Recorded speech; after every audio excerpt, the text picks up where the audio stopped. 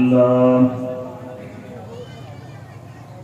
الحمد لله رب العالمين والعاقبة للمتقين والصلاة والسلام على رسول خير خلقه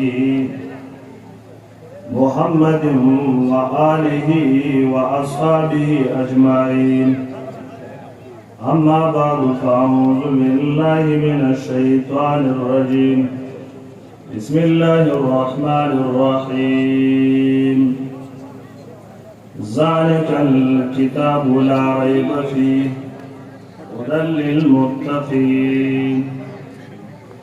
وقال النبي صلى الله عليه وسلم اقرأوا القرآن فإنه يأتي يوم القيامة شفيعا لأصحابه،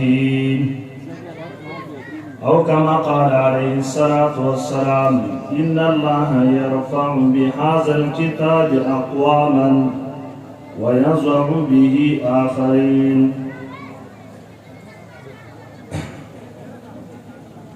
القرآن الكريم او یو حدیث د رسول الله صلی الله علیه وسلم ستاسو قرآن دی ما ولوست. د ټیم د کمی د وجې نه زه اختصار په 15 منټه باندې کوم. د اولنی آیات مقصد دا دی چې دا قرآن هدایت دی. د هدایت وجه د قرآن ظاهره ده چې دا عظیم الشان کتاب دی. نزول محمد رسول الله صلی الله علیه وسلم شوی دی او په واسطه د جبرائیل علیه السلام باندې راغلی دی. بیا دا قرآن داسې یو کتاب دی چې دا د رب حقیقي صفت دی، د رب د ذات څخه قایم صفت دی. هر چې نور مخلوق دی نو هغه د رب د ذات سره قایم صفات نه دی، هغه مخلوق دی، بلکې د الله کتاب د رب صفت حقیقي دی، د هغه د ذات څخه قایم دی. او قرآن د رب خبرې دی. او قرآن دا معمولی کتاب نه دی. حدیث کې راځي، دا حدیث بابو فضل قراءة القرآن امام مسلم رحمه اللہ نقل کرے دی. حدیث کے اندر الفاظ دی، رسول اللہ صلی اللہ علیہ وسلم وی اقرأوا القرآن، قرآن لولا فإنه یأتی، دا قرآن وراتک کی یوم القیامت، راتک دا قیمت رضوان نے بکی شفیعا لأصحابه، او دا با دا حق خلق دا فارا سفارش کئی چی چا دا قرآن سر واسطی او دا قرآن دا محفل او دا مجلس سے واسطی. دا قرآن دا سفارش کئی.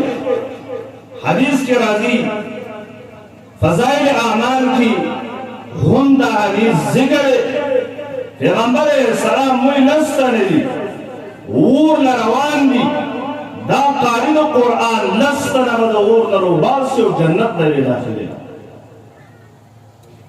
دا کم قرآن دے رسول اللہ صلی اللہ علیہ وسلم فرمائی عذاب اللہ نور کئی اگا بدن لا چه بکم بدن کے قرآن محفوظ ولی حدیث قرآن آیاتن دارے نزول دا قرآن دا رب و ایمان کرے دے اور دی حفاظت وزو کوم او تم دا قیامت بڑھو گئے.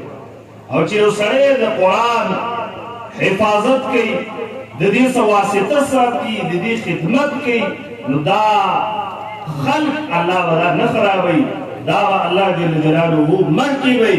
مخکې والي وجه دا ده چې دا به له سفارش کوي. عبدالله بن مسعود حدیث دی، دا به سفارش کوي دا قرآن. بل حدیث کې راځي قرآن او روجه دا با مشترکه طریقې سفارش کوي. نو چې قرآن سفارش کوي نو که زما استاد قرآن د محفل سره، د مجلس سره، د درس سره زما استاد واسطه وا بچی ورلا رالیږل، دا قرآن به زما استاد لپاره د سفارش کوي.